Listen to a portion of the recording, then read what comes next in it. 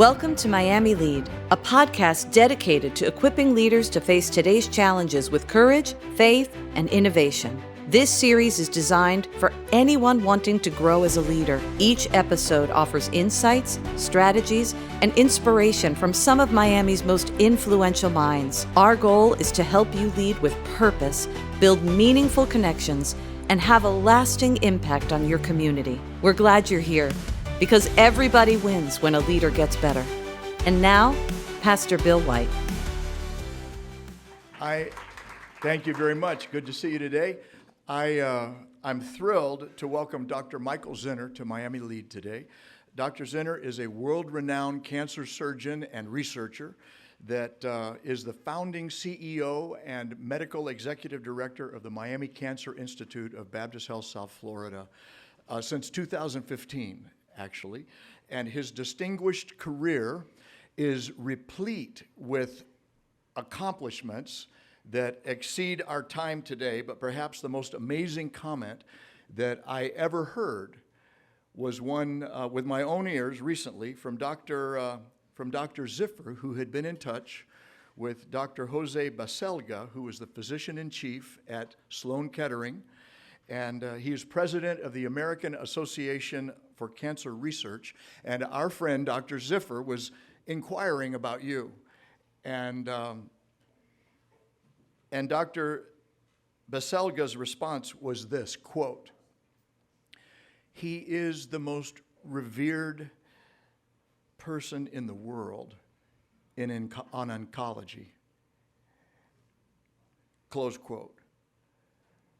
I want to say, would you join me in welcoming to Miami Lead, Dr. Michael Zinner.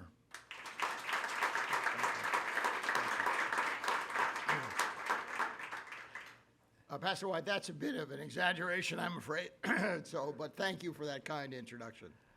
Well, thank you for coming to Miami Lead. Miami Lead gives us an opportunity regularly to gather as leaders, both marketplace and ministry leaders here in Miami, to be sharpened and inspired and to celebrate success, and then to try to glean and gather insights on how to take our leadership to the next level and add value to life. And we believe that's what leaders do. Leaders add value to life, whether you're leading in your home, you're leading your personal life, you're leading in the business community, or you're leading in the field of medicine, which I believe you may be the first guest that we've had to assist us in stepping into that piece of this journey. So we also have him here today to celebrate as a local success story. You grew up in Coral Gables? I was born in Miami, grew up in Coral Gables.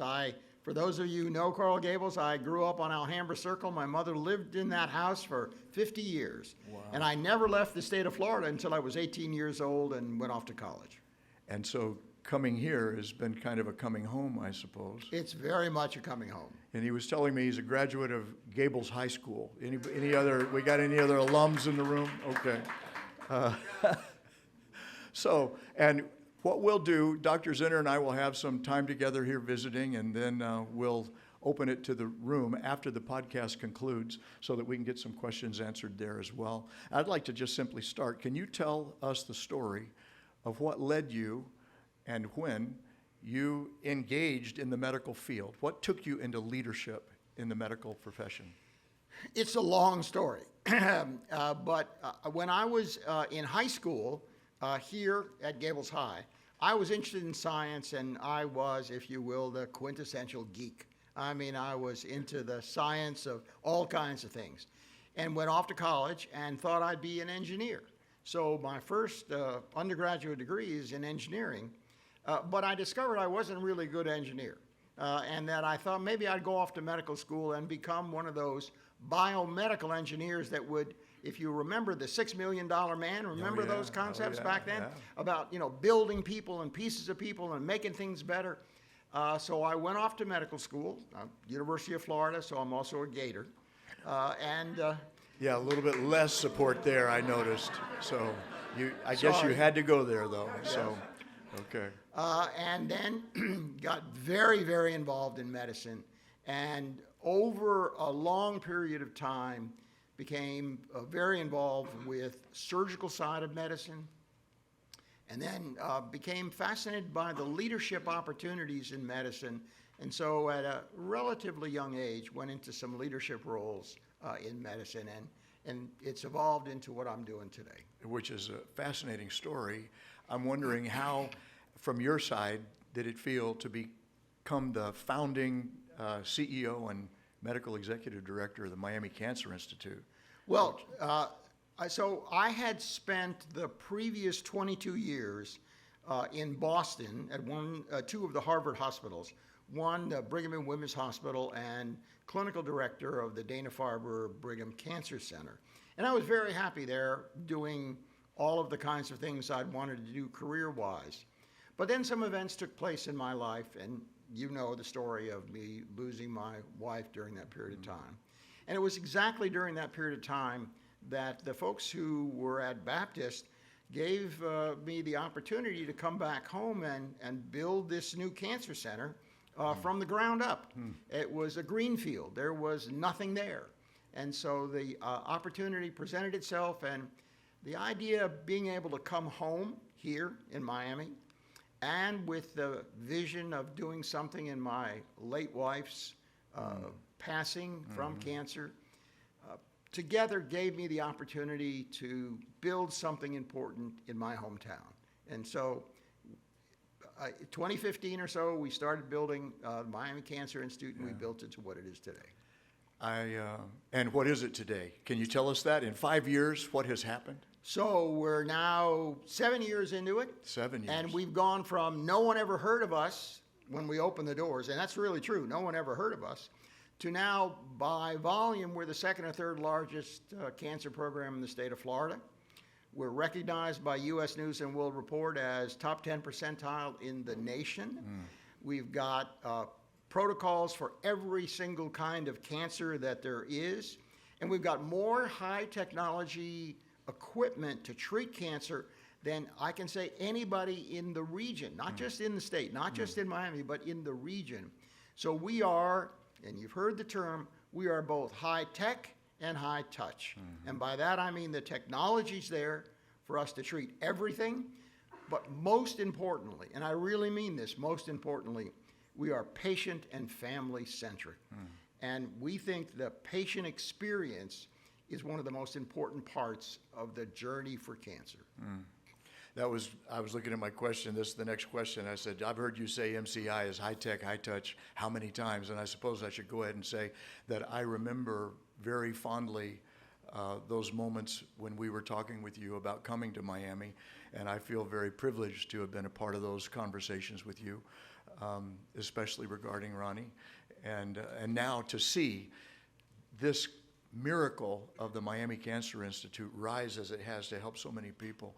I just want to say thank you for saying yes to that opportunity and for coming home. And it seems appropriate to me to say we're celebrating a Miami success story. This is a Miami grown, gone, and back. Now look at this opportunity. So I just want to say way to go and thank you for leading in the way that you have. Well, I also have to say to the audience, Pastor White really played an important role in the recruitment. There was a time when I wasn't sure that this was the right move for me. And when we stepped aside at an event, and you pulled me aside, and we discussed that very touching moment when I had to reveal to you about the loss of my wife, which was still very fresh. And we had a very intense moment that I remember to this day, and I'm grateful for that experience. Thank you. Thank you, Doctor. Wow, thank you. Let me ask you a more human side question. I know high tech, you've got everything to treat every type of cancer, but high touch means we treat people who are fighting cancer, and that is where the battle engages. But how do you balance the leadership demands of being a CEO with also treatment and the care of patients, and then also the physician caregivers and the support that serves the people? How do you do that? So I've had the privilege in my career to be on both sides of that equation. The provider of health care, where I was a cancer surgeon for 45 years and took direct care of patients for 45 years. And then as my leadership roles increased over time, I took the knowledge of what those personal experiences were and translated them into what we needed to do in leadership.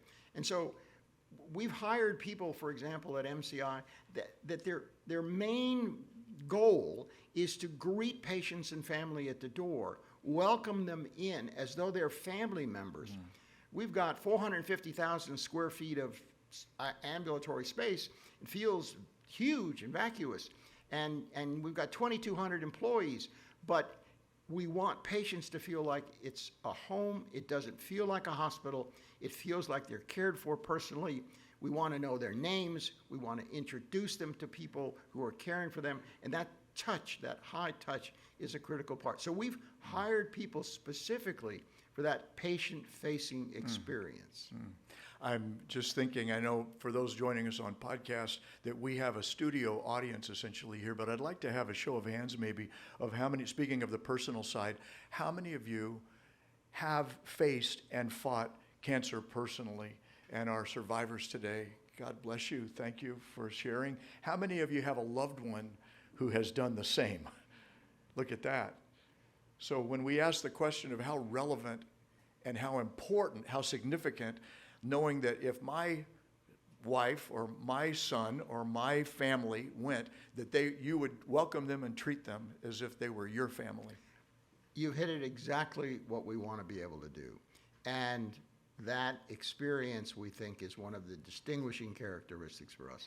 We want you to feel like we're part of your family, and we want to be part of your family. And I've not only talked the talk, but Pastor White, you know I've walked the walk. I do know that. I'd like to flip the coin now and just say that to the more leadership organizational piece of this, leading a medical organization in today's world, could you just imagine what that must be like with government and insurance and challenges and challenges and challenges, so many unique challenges. I'm wondering if you could just share some of the types of challenges that you have faced in the past 7 years, and then how you overcome them.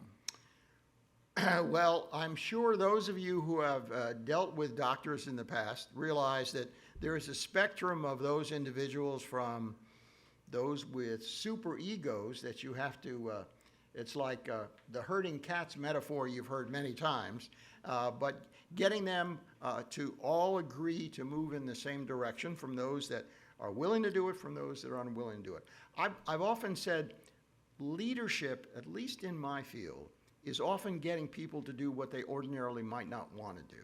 And if they do it with the greatest Okay, wait a moment. Leadership is what? Here's one of those moments. What leadership is? Getting people to do what they might ordinarily not want to do. Okay, I'd write that one down if I was looking for a leadership thought. And Sorry for and by interrupting. that I mean, you know, my goals, our collective goals and vision, are to move forward in medicine, to be able to progress and to treat and to make sure that all the things we just talked about, the personal touch. But sometimes individual physicians sort of drift off on their own or have a different way of approaching it. But if we can get us all to be teams of teams and move in the same direction, then I know we'll be successful. How about in facing ethical dilemmas? Oh, unfortunately, we face ethical dilemmas almost all the time. In this field of cancer care, many of those ethical decisions are based on quality of life and outcomes, and faith plays a very important role in both sides of that equation. And then another thing that, I mean, leaders face ethical decisions every day, don't we? And then personal demand. Some seasons seem to take you into redlining what we call, wow, this is like, I'm going to have to work extra hard, extra long for an unforeseen time period. I can only imagine that you've faced times like that and have led people who are going through times like that. How do you navigate through seasons of high demand when you could be on the verge of burnout and you need to bring your best to that high-tech, high-touch, but you're also realizing I'm hitting a wall?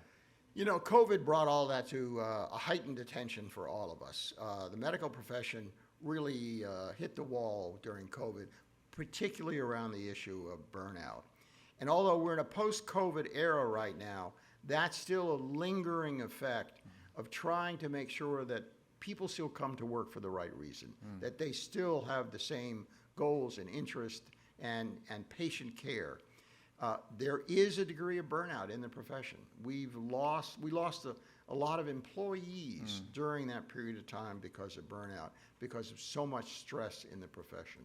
But we're in a recovery mode, and I think people understand that are going into the profession now how important it is to have a straight line knowledge of where you want to go. Yeah, and then the awareness of that high-touch human need once again. Right. That we can run hard for a while, but we need somebody, at least I need somebody who taps me out. I know that my daughters, I'm kind of a hand to the plow guy, nose to the grindstone guy, and unless somebody taps me on the shoulder and says, hey man, you're going down, then I tend to not look up. And so it helps to have a culture or an environment that will help me know it's not just about my performing and producing, but about my renewing. And I think one of the things I have violated through the years is the need for Sabbath and recovery, and to let my soul and body get restored after seasons of challenge. We care very much about that and emphasize the idea of, can you disconnect when you go home? Is that possible so that you can refresh and you could replenish? And sometimes it's hard, but it's an important part of the recovery so that patients and so that physicians and practitioners and even our workers don't burn out. That's a very important part. Let me ask this, sort of the same question, but in another way. How do you foster a culture where professional excellence, business excellence, financial excellence, medical clinical excellence, and the pursuit of personal excellence all coexist? Is there a way to do that, or how do you do that at MCI? We actually do that hands-on. I do that myself by walking around. I'm on a first-name basis with we've got 2,200 employees, but I'm on a first-name basis with as many people as I can, from environmental services up through the front desk, up through the physicians, up through the executives. And that, leadership by walking around is a critical part.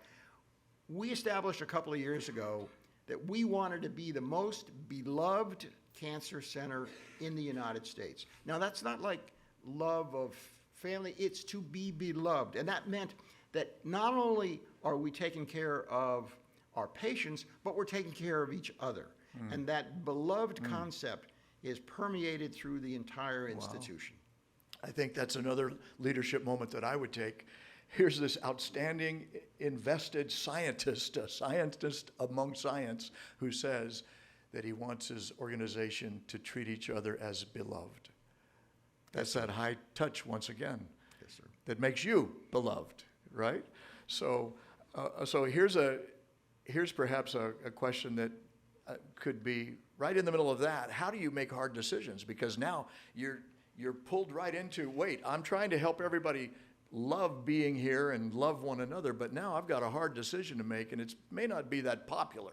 In fact, it may be unpopular, but it's necessary, and I know as a leader, I've got to step into a hard place and make a hard decision. You have to be able to make hard decisions. You just have to. And I'll give you a concrete example. So I told you I spent 22 years in Boston. And one of my colleagues who I'd worked with for 10 years there applied for a senior position at our institution, actually a very important senior position. And based on our interactions before we hired that individual, it didn't work out. This was someone that I had worked with hand in glove for 10 years in Boston. But for whatever cultural reasons or interactions reasons, it didn't work out, and I had to fire him. That was a very tough decision for somebody that I would break bread with on a regular basis. But it was important for the organization because I knew that if I didn't do that, I might lose several other individuals. Do you mind if I press a little bit farther into that one? Because I feel like that's something that every leader at the level that we're seeking to lead well and guard the culture that we are desiring to produce so that value can be added and life can be brought. How did you do that? I mean, what specifically, This is somebody that you've known and brought on, and So it was not easy. It was a difficult decision, one to make. What the individual lacked, which I think is a critical part, by the way, of leadership, was the emotional intelligence to read the room. The guy just never figured out how to read the room. And so would make wrongful decisions that would hurt people. Not on purpose, but just didn't read the room. So I began by coaching. I began with one-on-one sessions. As we escalated those, there was a time period where I need to see this kind of improvement, and if that doesn't occur, we're going to have to separate, and we ended up separating. and then that happened privately in your office? Oh, those only occur privately in my office. I don't believe in public hangings. That's not a way to do business. We don't either at Christ Journey Church, so, but thank you very much for sharing that.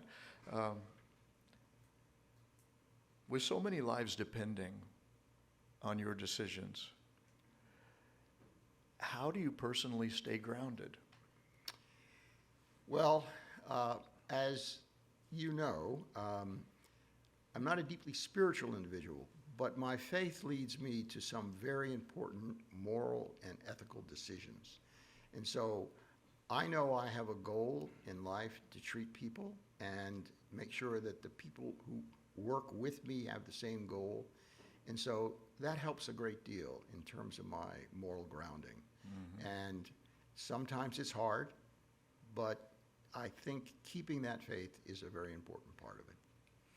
Well, I know I'm a pastor. You've known it from our first encounter. And so I asked you even before coming in if you would be okay with me asking this, because I just esteem you for your science. I esteem you for your success. I just think I have so many things to learn from you. But I'm wondering how you personally integrate your personal spiritual journey, your faith journey, which we're all on a journey, as part of why we call Christ Journey a journey that we're on. How do you integrate that with your work? And perhaps have there been times when you have sensed a presence larger than yourself with you and prompting or guiding or supporting or helping on, either in your CEO work and your management work or your personal practice of medicine work? Any time like that you'd like to share? Yes. I would say it's not so much in the leadership, professional, or in the administrative part, but it's absolutely true in the physician delivery care part. I'll tell you a story.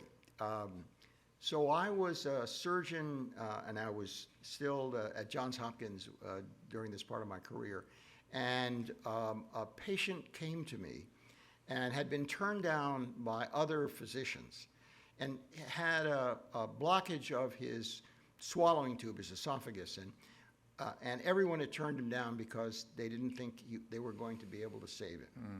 And so he asked me whether I could, and I said, I don't think so, but I can make it so that you can swallow and that you could. His request was to go to his favorite restaurant with his family to be able to eat. And I said, that's probably the best I could do. And we did the operation. It worked.